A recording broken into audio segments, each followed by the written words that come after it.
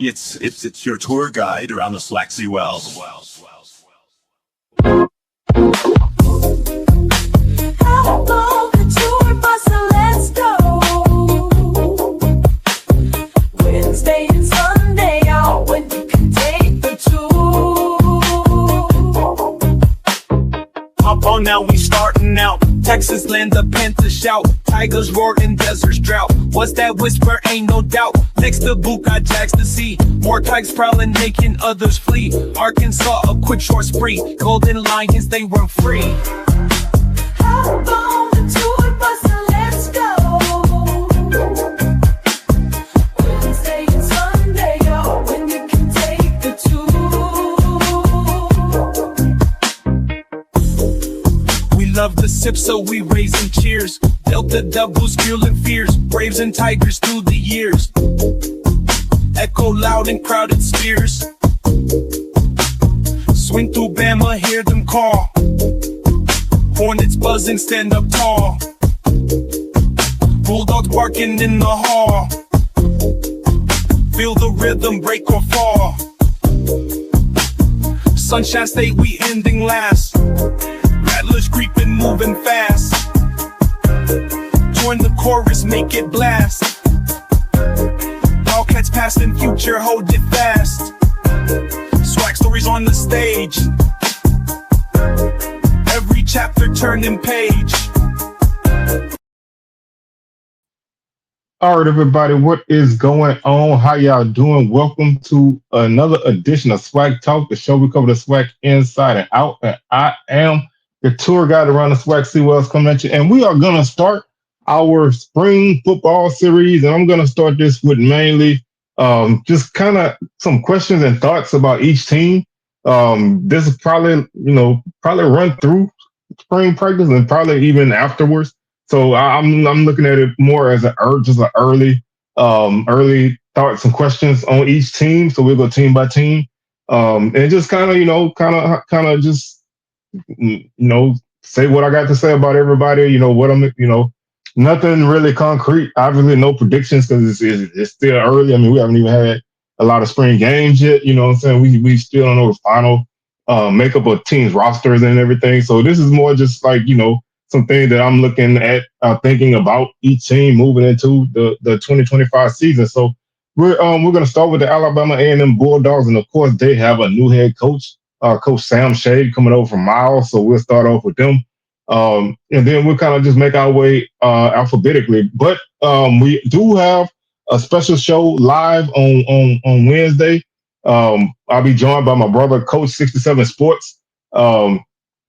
And of course, when he on the show, we talk SU football. So we're going to have our spring early thoughts and questions about Southern University football. So y'all make sure y'all catch us live Wednesday night at 7 p.m. Central right here. So we definitely going to get down, man. Anytime, he come through, it's always a great time. So, I love to do some things with my brother. So we're going to continue to do what we do, and we're going to do that on Wednesday. So y'all make sure y'all hit those socials: Facebook is SWAC Talk, Instagram SWAC Talk, Twitter SWAC Talk 76.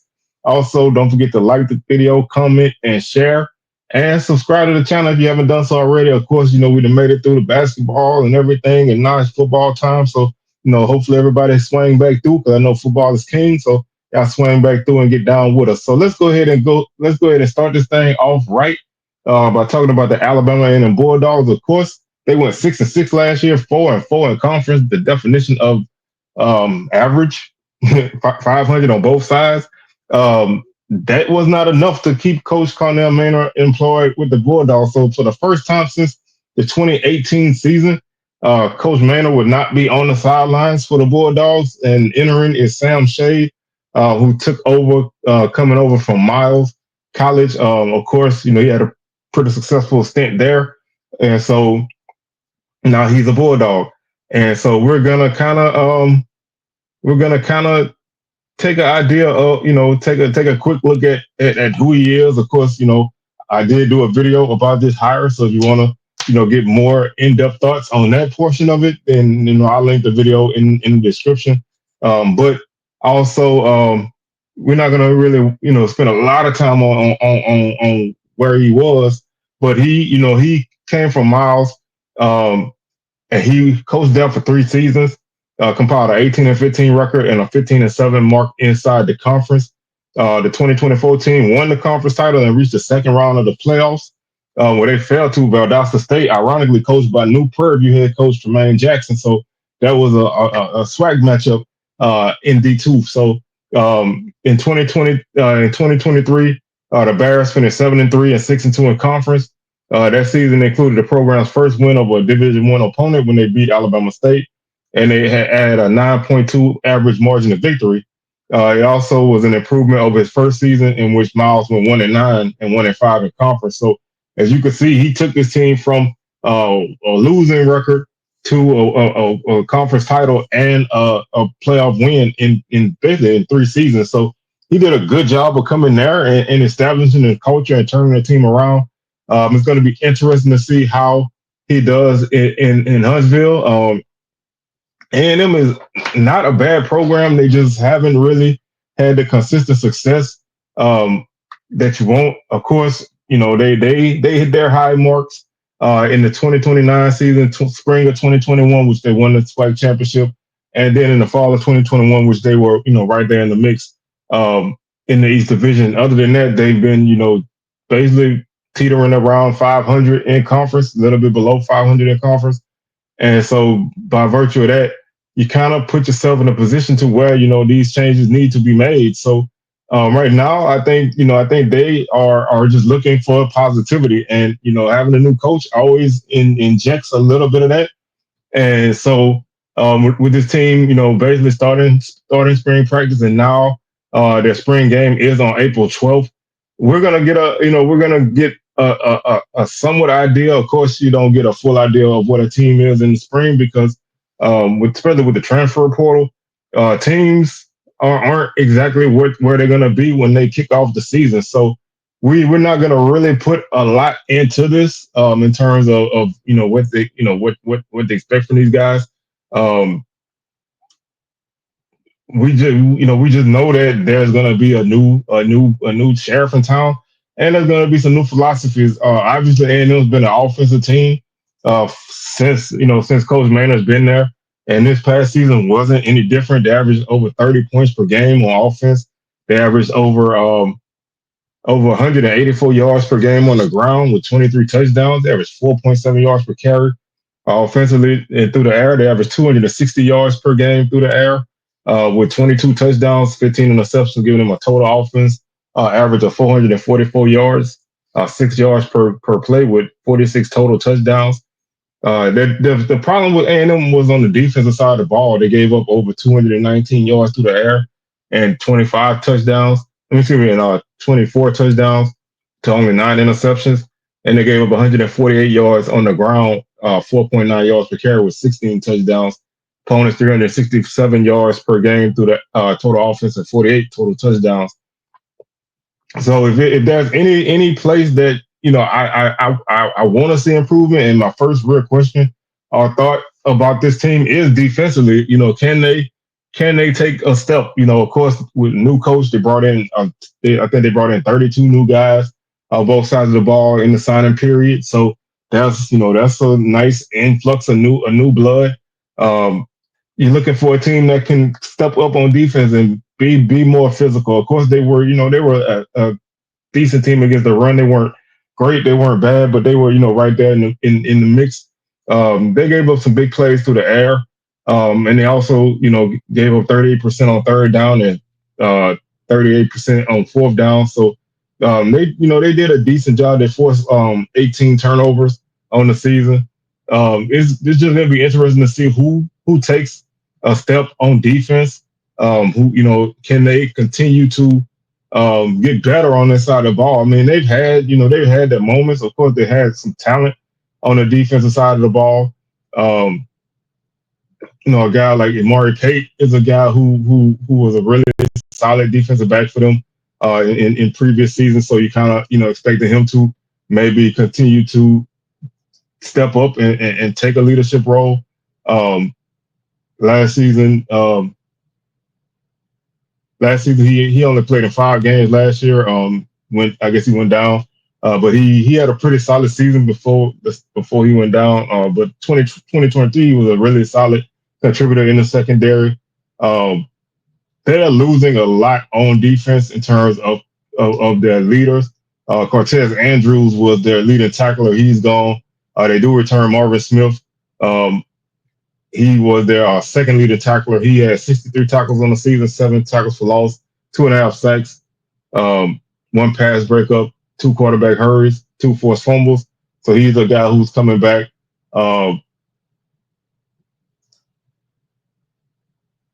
and let's see any other top guys coming back. Let's see.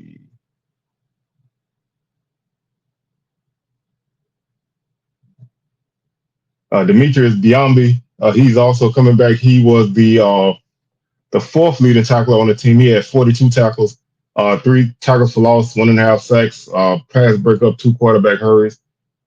He's coming back. Jamarion Ellis is also returning. He had 34 tackles, 8 tackles for loss, three sacks, 1 pass breakup, 5 quarterback hurries. So they do return some production in on the defense. Um, they're returning some guys. Also, Jalen Wright also returns. He had 40 tackles, 3 tackles for loss, 1/2 sack, 4 quarterback hurries, 1 forced fumble, and 1 fumble recovery. So they're returning for their top 6 tacklers, or if you want to say 3 of the top 5 tacklers, however you want to look at it. They do return, some solid production. Of course, there was a big gap between number 1 and number 2. Andrews had 81 tackles. Smith had 63. So there was, a gap there. But they do return some solid guys on that side of the ball. Um, you're just still kind of looking for this team to continue to be more aggressive on defense, more physical, being able to make some plays on defense, and maybe even kind of carry this unit in games. I mean, they had games like Bethune-Cookman where they really had a solid game there. They had a very good first quarter against Southern where they had Southern's offense in a blender for a long time, but they couldn't maintain it. They had a good second half against Grambling where they basically shut them out defensively. They had a good second half against Pine Bluff after the first half, giving up a lot of points, but they did it in spurts. You would like to see them be more consistent. So if there's anything I'm looking for the defensive side of the ball is just that consistency. Special teams, Victor Barbosa returns. He was 11 of 11 on field goals this past season. 2 of 2 from inside 20 yards, 3 of 3 from 20 to 29 yards, 4 of 4 from 30 to 39 yards. He also was 2 of 2 from 40 to 49 yards on the season with a long of 45. They do lose Austin McCready, who was their punter. So that's a spot that's open. But returning your kicker is definitely a good thing. That being able to bring back a guy that scored a lot of points for you is always a good thing. Being able to maintain that. Of course, he was their leading scorer on the team on the season with 64 points, making 11 field goals and 31 extra points. He was 31 of 31 on extra points. That's definitely a good consistent number.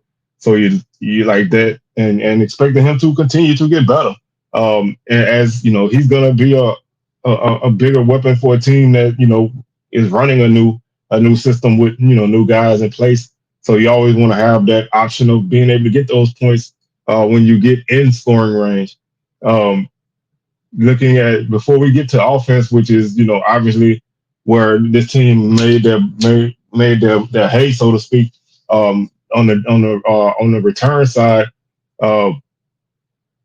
they had a solid return unit in kick and punt returns. They do return Donovan Wright, who was their leading return guy, and the Quadrant Welch. Both of those guys are coming back. So they do have some good production returning. Wright averaged 20.9 yards per kickoff return with a longer 42. Welch 18.7 with a longer 37. Also, Wright averaged 14.8 yards per punt return with a longer 38 on the season. So they do return their top guys there. Offensively, they return Quad Brown as quarterback. He played in 11 games, started off and on, basically um, alternating with Xavier Langford. But he's returning. He was 127 or 222 on the season, 1,666 yards, 12 touchdowns, and 7 interceptions with a longer 56. He also ran for um, he also ran for 161 yards and 1 touchdown on the season, 3.3 yards per carry on 49 carries with a longer 46, averaged about 14.6 yards per game. Like I said, this past season, this team definitely they ran the ball extremely well. Obviously, losing a guy like Donovan Eaglin is definitely going to put your running game, behind the eight ball a little bit. When you lose that real productive guy with the ball, a guy that's able to get those tough yards for you. He finished just shy of 1,000 yards this past season. Also, you losing Xavier Langford at quarterback, who was your second leading rusher. So you're losing some key guys there. Um, that really puts you in a tough spot. You're basically losing the majority of your rushing numbers from this past season. You do return Ryan Morrow, who numbers were kind of down from last season, from 2023. He ended up playing in 9 games this season, but he had a really solid 23 season. But this past season, he had 214 yards and 1 touchdown with a longer 31. And then Brown, obviously, like I said, he had 161 yards on the season and a touchdown. So you're losing some key production in the run game. So I think they're gonna really look to address that, because if you could run in this conference, then anything else that comes with you is a bonus. You always have the opportunity to make those plays and control the game when you can run the ball. You're losing Keenan Hambrick at wide receiver, but you're returning some good young receivers. Um, Welch is a guy who's coming back. Definitely was a young guy who got some good burn last season and had opportunities to make some plays and be productive on this team as a young receiver. He finished with 23 catches for 337 yards, 3 touchdowns with a longer 44. Also, Duke Miller returns after going down with injury. 23 catches for him, 309 yards and 2 touchdowns. Um, Donovan Wright, like I said, he had 12 catches for 216 yards on the year. He also had 2 touchdowns. DJ Nelson also comes back at tight end. He had a solid season last year with 23 catches for 256 yards and 2 touchdowns. They use that tight end, pretty regularly in their main offense. So we'll see if that continues to be a factor in this unit. They have some solid guys coming back. Not necessarily guys that are gonna jump off the page at you, but they do have youth at that spot. Like, so when you look at Welch, he's a young guy coming back.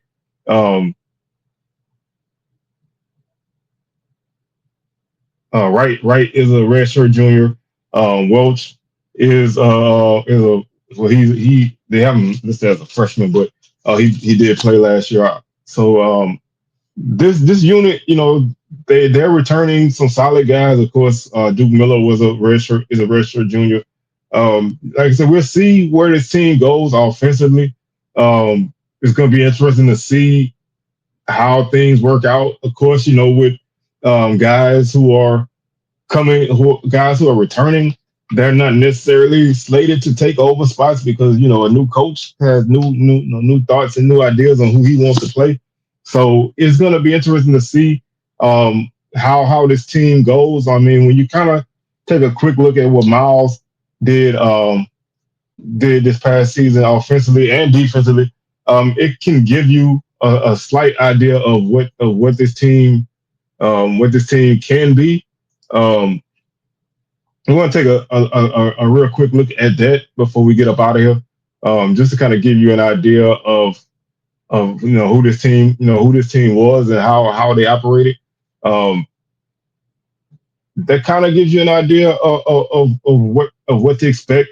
Um,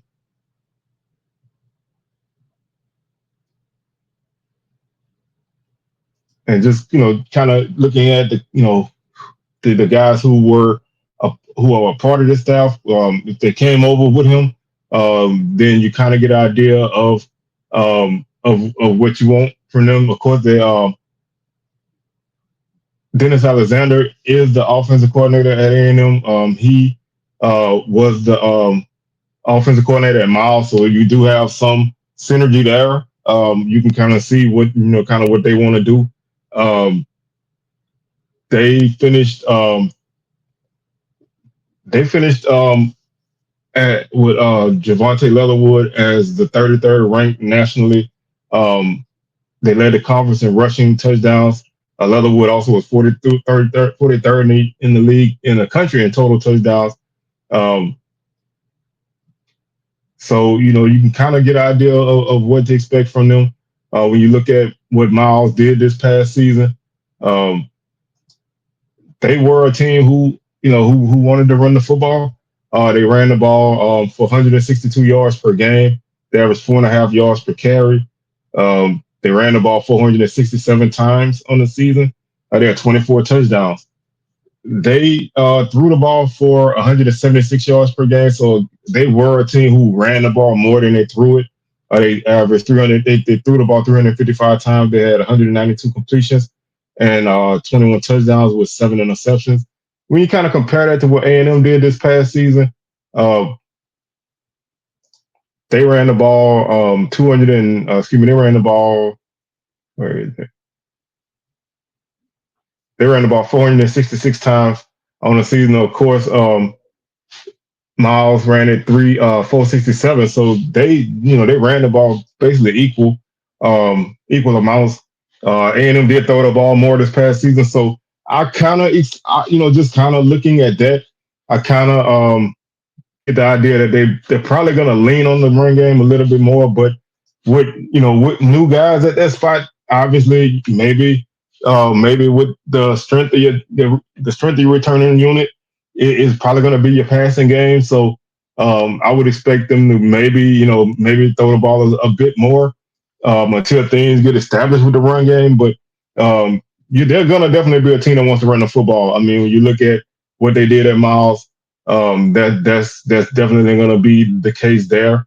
Um, they also bring over Chris Schelling, who was the defensive coordinator at Miles. So both of their coordinators are coming from Miles. So you can kind of get an idea of what their teams like to do. They were a very stout team against the run last season, giving up 113 yards on the ground last season, 3.4 yards per carry, 11 touchdowns. They gave up 186 yards through the air, so they were a really good defense in both facets, giving up under 300 yards per game total offense. So you're gonna probably want to see this team really be more aggressive at stopping the run because, like I said, in the SWAC, if you can stop teams from running the ball, that gives you a better chance of stopping things. This team had 43 sacks as a unit on defense. When you look at what A&M had, they finished the season with 21 sacks. So they're gonna look to rush the passer more. They're gonna look to stop the run and just be more physical on defense. So if they can bring over any of that, then this team is gonna be a tougher unit than they were last season. And really, that's all you can ask. I mean, the top spot in the East is basically sealed up unless something crazy happens. Jackson State will go into the season as the top team in the East, and they're probably going to come out the season as the top team in the East. So everything else to me is open. I think FAMU and Bama State again are going to battle for those other two, the top three spots, second and third. So that there is opportunity to make a push for a top half finish. Because both of those teams do have questions, and we'll talk about those teams as we get to them. The gap. I think the gap between A&M and the top two, the other top two teams in the East, is not as wide as maybe the gap is between the bottom two teams in them. So they're probably still going to firmly be that fourth place team right now, with the possibility of finishing third if some things go their way. But again, it's too early for that. Just a quick look at their schedule. Um, they open up at Arkansas. Um, so they got a early road trip on August 30th to Fayetteville to take on the Razorbacks. They get Alcorn and then the Lewis Cruise Classic on September 6th. They get Tennessee State on September 13th in Nashville. September 20th, they get Lane College at home. September 27th, they're at Bethune-Cookman. Their Alcorn game is a non-conference game, even though it's a SWAC team. They get Jackson State on October 4th in Mobile in the Gulf Coast Challenge. They get Valley at home for homecoming on October 11th. They get Alabama State after their traditional bye week. They get Alabama State on October 25th in the Magic City Classic in Birmingham. November 1st, they go to Grambling to take on the Tigers. November 8th, they're back at home against Prairie View. November 15th, they're back at home again against FAMU. And then they close out their season in Houston on November 22nd against Texas Southern. So this is a manageable schedule, especially in the SWAC. There's your road trips are basically spaced out. Um, they really only got a couple major road trips in conference, and that's Daytona and Grambling. Everything else is basically at home in Houston. So you do have three. You have one of the furthest west teams, and then you have the furthest east team on your road trips. But everything else is basically in state. So this is a good schedule. You do have to play. Obviously you have to play the top two teams in the East, or top three, however you want to look at it. Your crossover opponents are Texas Southern, who finished, who had a strong finish. Prairie View with a new coach, and Grambling, with a situation where they're still trying to put some things together. So you don't necessarily have a murderer's row from the West, but two out of those three games are on the road, so you're gonna be tested in that aspect. But I just expect this team to have some more physicality on both sides of the ball, and if they can improve their defense, I would expect this team to kind of improve their standings. But again, it's really early, so I don't want to go into any kind of predictions. But that's my thoughts on A&M right now as they enter the shade era, and we're gonna continue this series tomorrow. If I get a chance to drop, it'll be Bama State. Otherwise, we'll be back on Wednesday with our Southern questions with Coach 67 Sports TV. We'll be live on Wednesday at 7 p.m. Central, 8 p.m. Eastern. So y'all make sure y'all lock in with us there. And I'll catch y'all on the rebound. Peace.